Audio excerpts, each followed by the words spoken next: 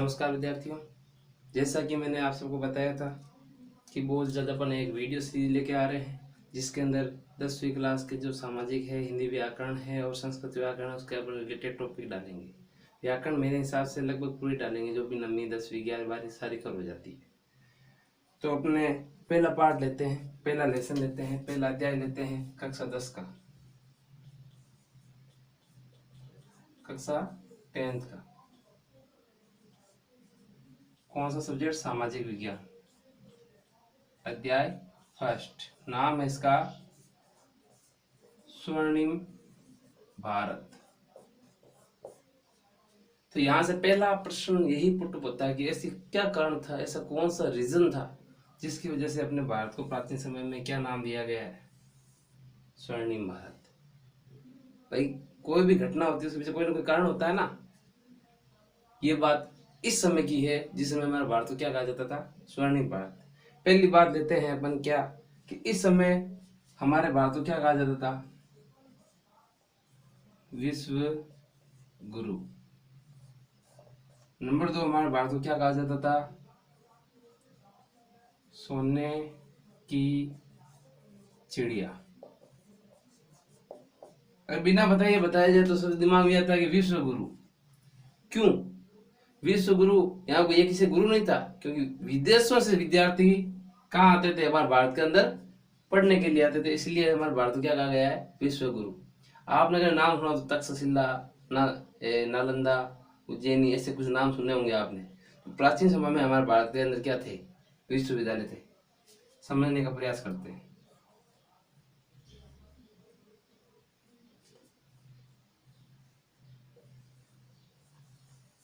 ये आज वर्तमान भारत का कुछ छोटा सा प्रारूप है हमारे सामने,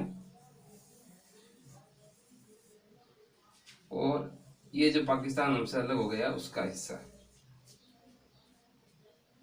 जिस समय के भारत की अपन बात कर रहे हैं, इस समय ना तो वर्तमान का भारत था, ना उस समय का प्राचीन भारत था, वरतर भारत भी नहीं था। वो आगे टॉपिक अलग आएगा। यहाँ पे मैं आपको ये ना बताना चाहता हूँ कि यहाँ ऊपर था गांधार, नीचे था कंबोज। कंबोज के अंदर एक विश्वविद्यालय था जिसका नाम था क्या? तक्षशिला। ये तो एक याद रखने की बात। अब बात करते हैं कि इस भारत में रहने वाले लोग, या इस भारत को पहले क्या कहा जाता था? विश्व गुरु और सोने की चिड़िया। इन दोनों नाम से इसको विभूषित किया गया है।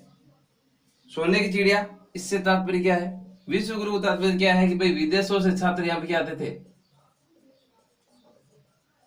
छात्र क्या करने के लिए आते थे? यहाँ पे शिक्षा ग्रहण करने के लिए आते थे। और हमारा भारतीय देश के विश्वविद्यालय क्या करते थे? विदेशी छात्रों को शिक्षा देते थे, इसलिए उनको क्या कहा गया है? विश्व गुरु। दूसरी बात, सोने की चिड़िया।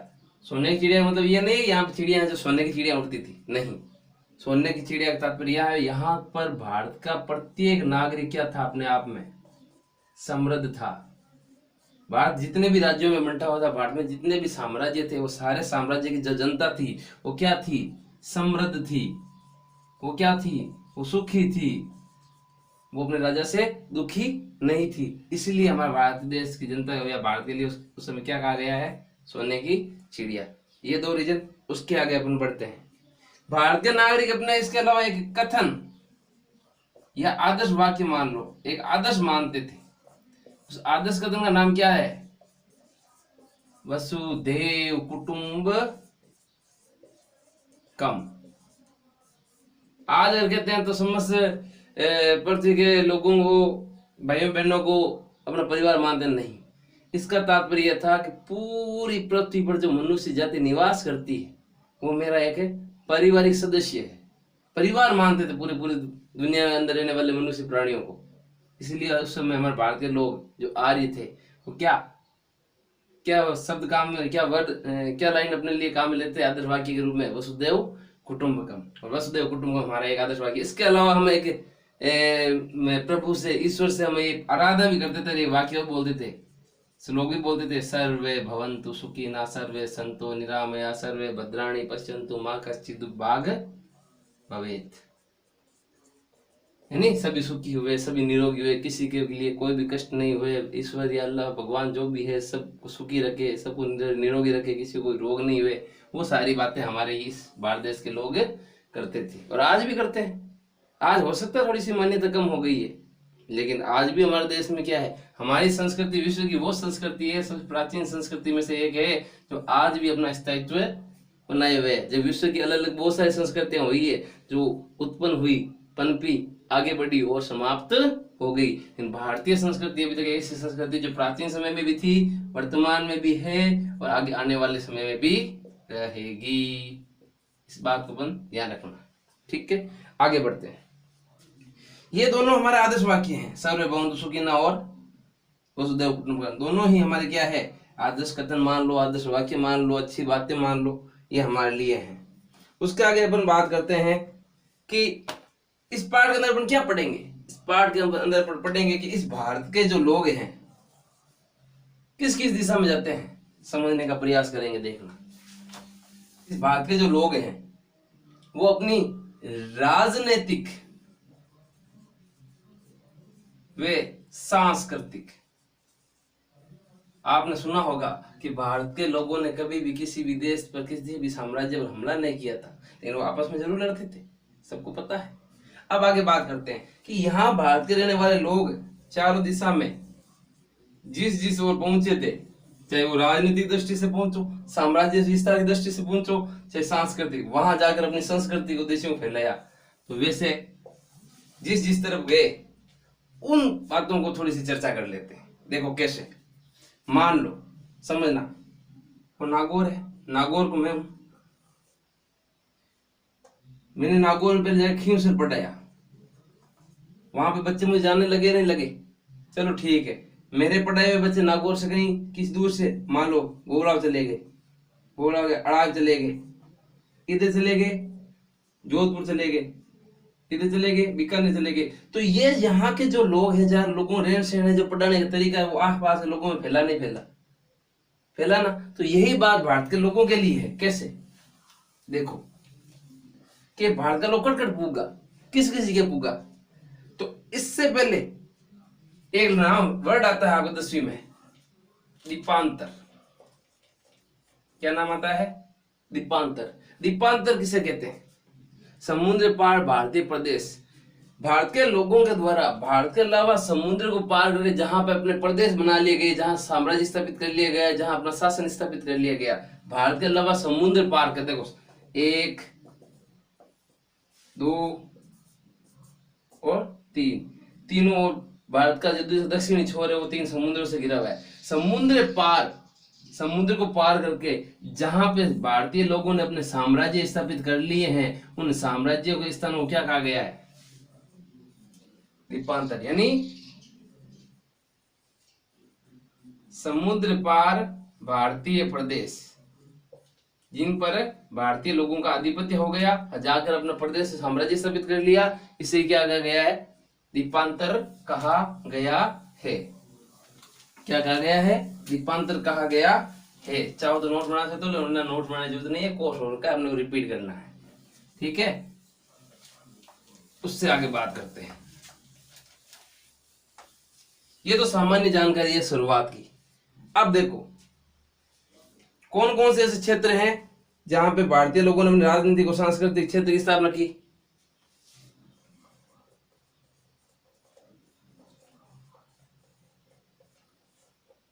कौन से, विदेशी, यानी भारत को छोड़कर या भारत के द्वारा, भारत के लोगों के द्वारा दूसरे कौन कौन से क्षेत्र है जहां वो पहुंच गए। नंबर 1 ब्रह्मदेश, नंबर 2 श्याम देश, नंबर 3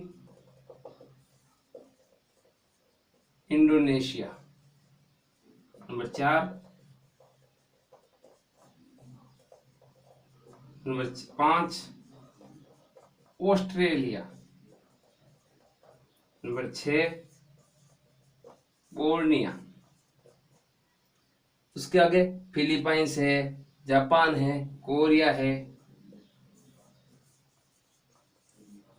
फिलीपींस बोल दो चाहे फिलीपाइंस बोल दो, बात एक ही है।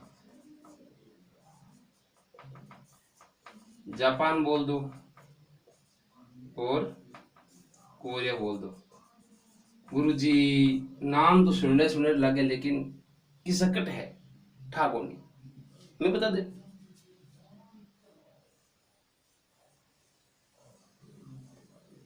देखो ये है, ये अपना भारत का दक्षिणी छोर।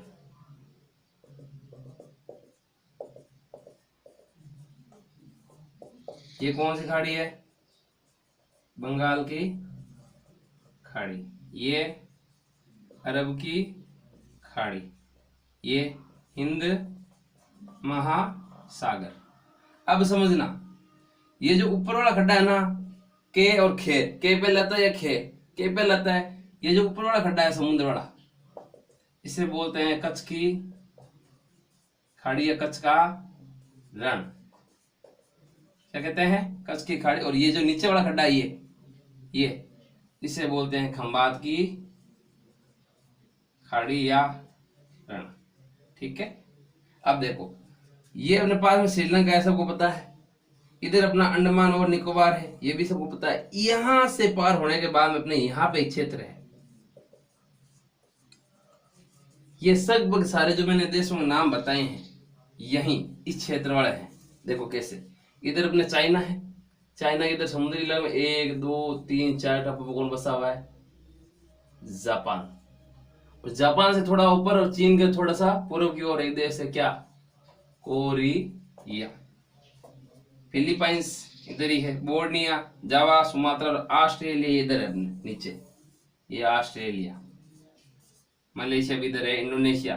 देखो यहाँ पे 3 क्षेत्र है, ग्रीन 3 है, इंडोनेशिया के अंदर 3 है, 3 अलग अलग क्षेत्र हैं। तीनों क्षेत्रों को मिला के क्या बोला जाता है, इंडोनेशिया। जो अपन आगे पढ़ेंगे तब पता चल जाएगा। और ये देश सारे अपने दक्षिण पूर्वी और पूर्व दिशा की ओर जो अपने देश है, वो सारे कौन से हैं, जहाँ पे अपने भारतीय लोग पहुंचे थे और वहां पे अपने भारतीय संस्कृति का क्या किया था, स्थापना की थी। और वहाँ भारतीय शैली का, भारतीय राजनीति का, भारत का रहन सहन कैसा है, वो वहां पर फैलाया था। इसलिए कहा गया था राजनीतिक और सांस्कृतिक दर्शन का फैलाव इसके द्वारा, भारतीयों द्वारा। कहाँ, विदेशों। ठीक है, आगे बढ़ते हैं। किताब अगर है, आप किताब साथ में रखो, कोई दिक्कत नहीं, किताब से पढ़ते रहो, साथ में चलते रहेंगे। आगे बात करते हैं। अब कौन कौन से विषय हैं या कौन कौन से ग्रंथ हैं जो अपने को मिले हैं, जिसके बारे में पढ़ाई करवाई जाती थी, ग्रंथ। आप आवाज क्या ना है, हिंदी, अंग्रेजी, विज्ञान, संस्कृत, सामाजिक, गणित, है ना सब्जेक्ट। ऐसे ही उसमें पढ़ाते समय कौन कौन से पढ़ाई के विषय थे, वो अपने को बताए गए हैं। उन विषयों का नाम देखो कौन कौन से, दर्शन शास्त्र,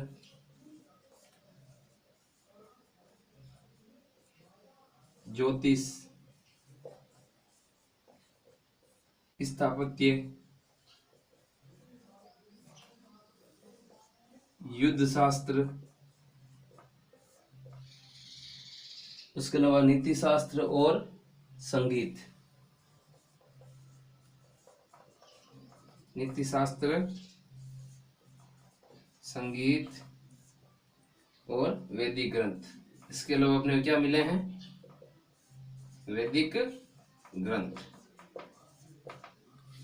ये उस समय लोगों को, जो भी छात्र यहाँ पढ़ने आते थे तो पढ़ाने के ये विषय हुआ करते थे। इसके अलावा और भी बहुत सारे विषय थे। विषय तो 377 बताए गए हैं, लेकिन विषय बहुत सारे हैं।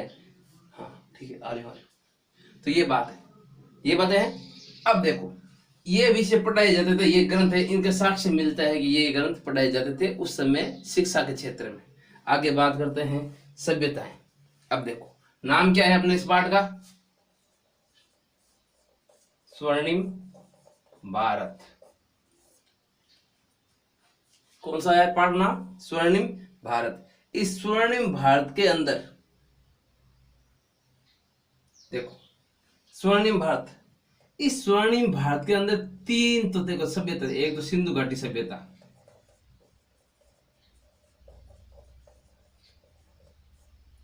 एक है वैदिक सभ्यता, और उसके बाद में एक नाम आता है रामायण और महाभारत। सबने देखी होगी और सबने सुनी होगी।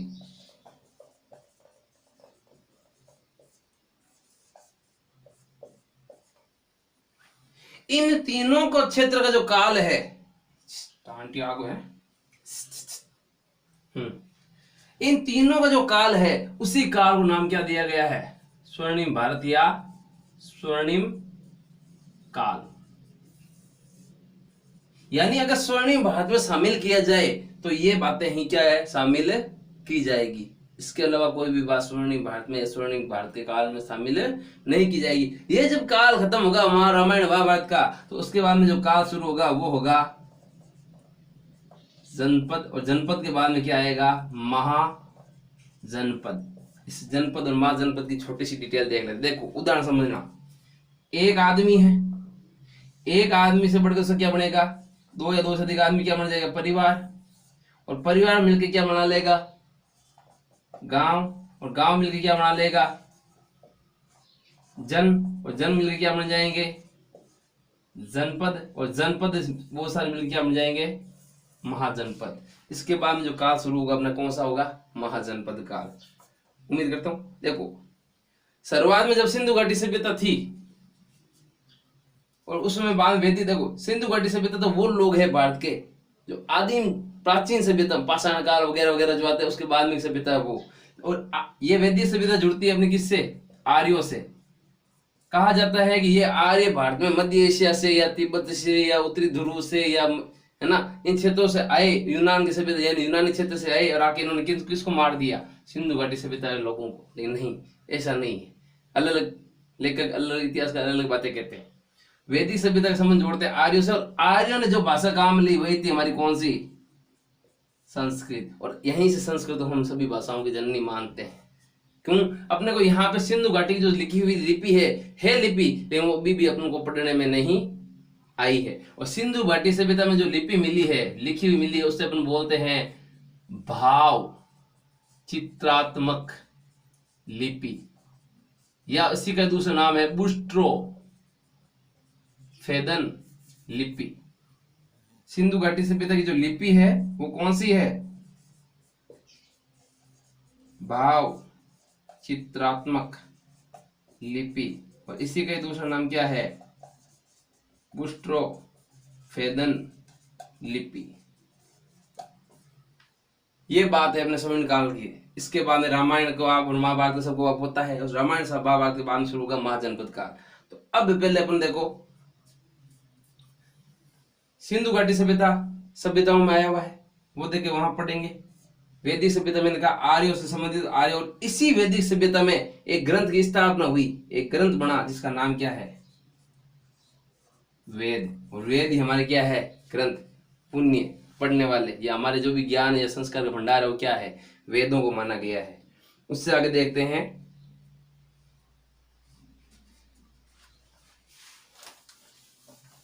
देखो वापस रिपीट कर लेते हैं। नंबर 1 भारत। भारत को क्या कहा जाता था? आदर्श है, हमारा गौरव है भारत। दो बातें कही जाती थी, विश्व गुरु सोने की चिड़िया। विश्व गुरु विदेशी छात्र आते थे पढ़ने के लिए, सोने की चिड़िया। यहाँ के सभी व्यक्ति क्या थे? समृद्ध थे, और समृद्ध होने के कारण यहाँ पे क्या थे? सोने की चिड़िया कहलाता था। उसके बाद बात के लोग ना विदेशों में गए और अपने क्षेत्र को फैलाया। विदेशों में जाने के लिए उन्होंने समुद्र को पार किया, यानी समुद्र को पार किया इसका मतलब उनको नौका ज्ञान भी था, नाव का ज्ञान था। हमारे ग्रंथों में लिखा हुआ है कि प्राचीन समय से ही हमारे भारतीय लोगों को जलयान का जो नावें बनाने का काम था उनको आता था, और अच्छी क्वालिटी की श्रेष्ठ विधि की नावें वो काम में लेते थे।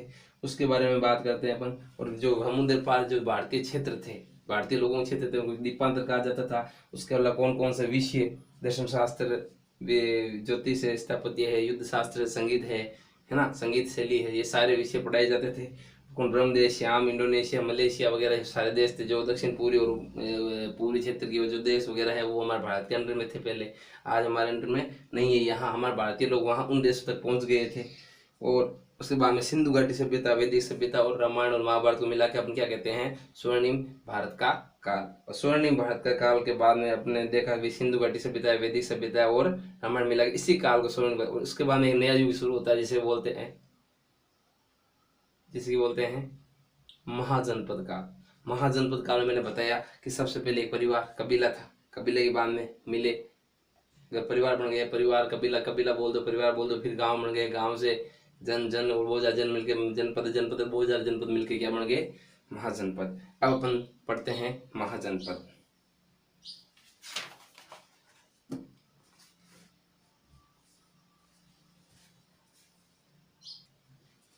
उसके बाद हम देखते हैं महाजनपद। महाजनपद काल की बात देखते हैं तो महाजनपद का ये उदय कब हुआ।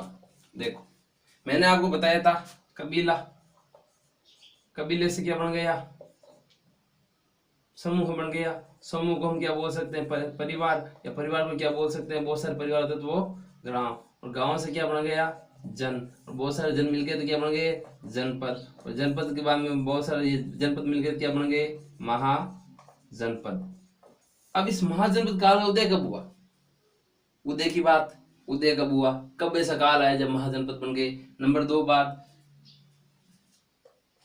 कैसी कैसी शासन व्यवस्था थी यहाँ पे। आज अपने भारतीय बात है कौन सी, राजतंत्रात्मक शासन व्यवस्था है या कौन सी है, गणतंत्रात्मक, गणतंत्रात्मक, जनतंत्रात्मक, ये गणतंत्रात्मक। तो वही बात है कि उस समय क्या कह रहे हैं कि उस समय जो उत्तर वैदिक काल, आपको पता होगा उत्तर वैदिक काल कौन सा है, सिंधु घाटी सभ्यता, ये वैदिक सभ्यता है। पहले सिंधु घाटी सभ्यता, उसके बाद में आर्य जो है वैदिक सभ्यता। उस वैदिक सभ्यता को कितने भागों में बांटा गया है, और एक है ऋग वैदिक, और ऋग वैदिक में केवल ऋग वेद का ही वर्णन किया गया है, और उत्तर वैदिक में तीनों वेद, दूसरे जो अन्य है, सामवेद, यजुर्वेद और अथर्ववेद, इनका वर्णन किया गया है। ऋग वैदिक में जो ये उत्तर वैदिक काल है, उस उत्तर वैदिक काल में किसकी स्थापना हुई है, महाजनपद की। ठीक है, ये तो समझाने के लिए अपने दिया हुआ नहीं है, इसलिए कोई बात नहीं, बीच में ले लिया। और जो उत्तर वैदिक काल में जो महाजनपद कैसे बने, बहुत सारे जनपद, यानी उत्तर वैदिक काल में जन का स्थान किसने ले लिया, जनपद ने, और जनपद का स्थान किसने ले लिया, समझना बात को। भारत का पीएम कौन है, भारत का मुख्यमंत्री कौन है। अब देखो, अगर मैं यहाँ गया तो गुजरात का मुख्यमंत्री कौन है, पहले गुजरात का मुख्यमंत्री यहाँ क्या था, कौन था, मोदी था, और आज कौन है, ये मोदी क्या बन गया है, पीएम। तो पीछे जो इसके नीचे कोई और था वो क्या बन गया आज, गुजरात का, है ना। तो नीचे और ऊपर आ गए, ऊपर वही बात हुई कि सबसे नीचे जन था, जन के स्थान पर किसने ले लिया, जनपद ने, और जनपद के स्थान किसने ले लिया, महाजनपद ने। भारत में 16 महाजनपदों का वर्णन आया है, कितने, अलग अलग ग्रंथों से, जैन बौद्ध जो भी ग्रंथ है उन ग्रंथों से, या इतिहास के जो स्रोत हैं उन स्रोतों से पता चला है कि भारत में कितने जनपद है, थे 16। लेकिन थे तो उसके अलावा छोटे छोटे जनपद भी बहुत सारे थे। आगे दसरा युद्ध है, सुदात का युद्ध है, वो देखेंगे तो पता चलेगा उसमें। अब देखो आगे, जो उत्तर वैदिक काल में जो 16 जनपद थे, वो 16 जनपद में कुछ तो किस व्यवस्था को मानते थे, गणतंत्रात्मक, और कुछ किसको मानते थे, संवैधानिक। संवैधानिक मतलब राजतंत्र मान रहे यहाँ पे, मतलब राजा का शासन। वापस देखो, सिंधु घाटी सभ्यता में जो राजा था ना, उसको जनता चुनती थी, राजा के हाथ में कुछ नहीं था। लेकिन वैदिक सभ्यता में आता था, राजा के पास सारी पावर आ गई, भूमि आ गई, सेना आ गई, तो इस वहां पे राजा ने क्या कर दिया, सबको दबा दिया और खुद के हाथ में ताकत ले ली, और वो था राजतंत्र। बाद में उसने कह दिया भाई राजा का बेटा ही क्या बनेगा राजा, फिर जनता नहीं चुन सकती थी, वो था राजतंत्र। गणतंत्रात्मक, जहाँ गण, छोटे छोटे जो गण होते हैं, जो संस्थाएं होती है, संस्था में जो लोग होते थे वो इकट्ठा होकर के किसको चुनते थे, राजा को, वो व्यवस्था थी गणतंत्रात्मक। आज भी हमारा जो राज्य, हमारे भारत देश का जो तंत्र कैसा है, गणतंत्रात्मक है। ठीक है, अब देखो आगे, एक बात तो कहती है की जाती है कि भाई उत्तर वैदिक काल में जब महाजनपद की शुरुआत हुई थी, तो महाजनपद में एक और चीज है, उसकी खोज हो गई थी, उसका नाम है लोहे का। हालांकि जो आर्य आए थे उस समय भी उन्होंने लोहे की खोज कर ली थी, लेकिन उन्होंने लोहे का उपयोग करना नहीं सीखा था, लोहे को काम में लेना नहीं सीखा था। लेकिन महाजनपद काल जो उत्तर वैदिक काल था, इस काल में वहां उस समय से तीर कपाड़ में काम लेते थे। यहाँ पर उत्तर वैदिक काल में लोहे का बढ़ चढ़ कर प्रयोग हो गया, और उस प्रयोग होने की वजह से लोहे के प्रभाव क्या पड़ा, फायदे क्या हुए, लाभ या प्रभाव। जब लोहे की खोज हो गई तो लोहे का प्रभाव क्या पड़ा, लाभ या फायदे क्या है इसके। देखो पहला क्या हुआ, आर्थिक स्थिति मजबूत हुई, दूसरी भौतिक जीवन, लोगों के रहन सहन में परिवर्तन आया।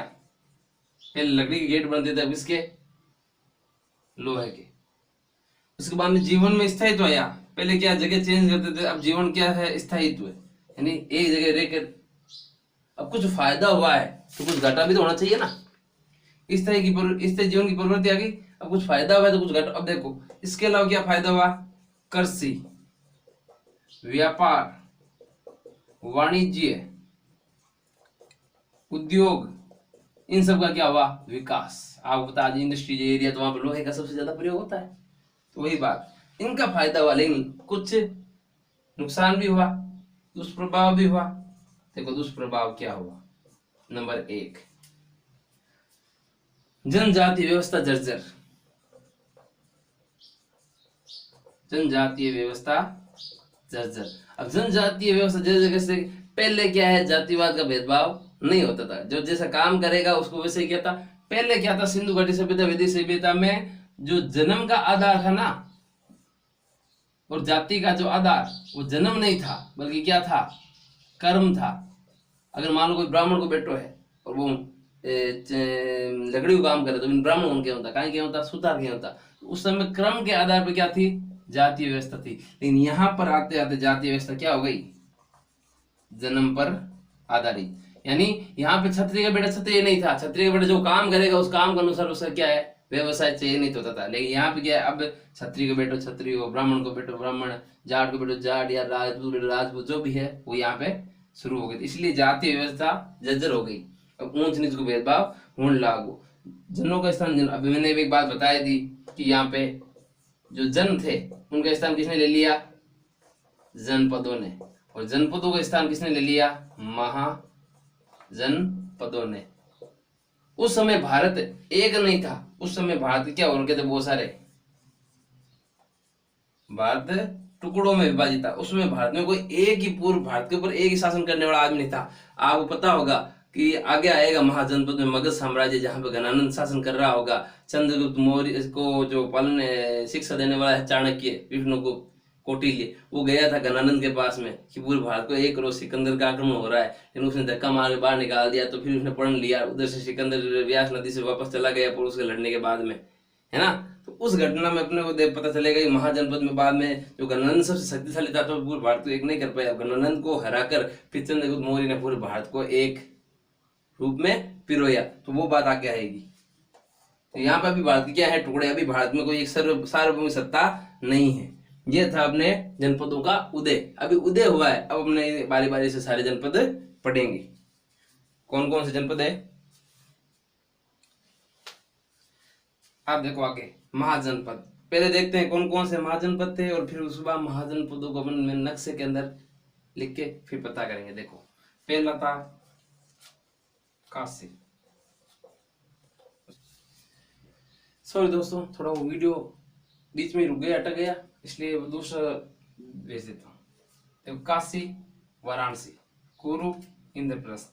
अंग की 2 राजधानी, सॉरी 1 राजधानी चंपा। देखो अंग, चंपा को अंग सूत्र है, सुंदर है, मतलब चंपा किसकी राजधानी है, अंग की। मगध की पाटलिपुत्र, गिरिवज है। तो ऐसे मेन राजधानी कौन सी, पाटलिपुत्र। उससे पहले कौन सी राजधानी थी, गिरिवज या राजगृह। वज्जी की 2 राजधानियां थी, उत्तरी वज्जी की विदय और दक्षिण वज्जी की मिथिला। और मल की राजधानी थी, देखो मल, मल यानी कुश्ती, मल यानी देखो युद्ध करना है, युद्ध में ना, मल युद्ध, मल युद्ध मतलब कुश्ती, कुश्ती यानी कुश्तावती या कुशीनारा। चेदी, शक्तिमती, सोतिमती, एक ही नाम है दोनों। वत्स, वत्स कौशाम्बी, कौशल, कौशल है वो समय का क्षेत्र जो जिस पे अयोध्या में राज किया था दशरथ ने, वही।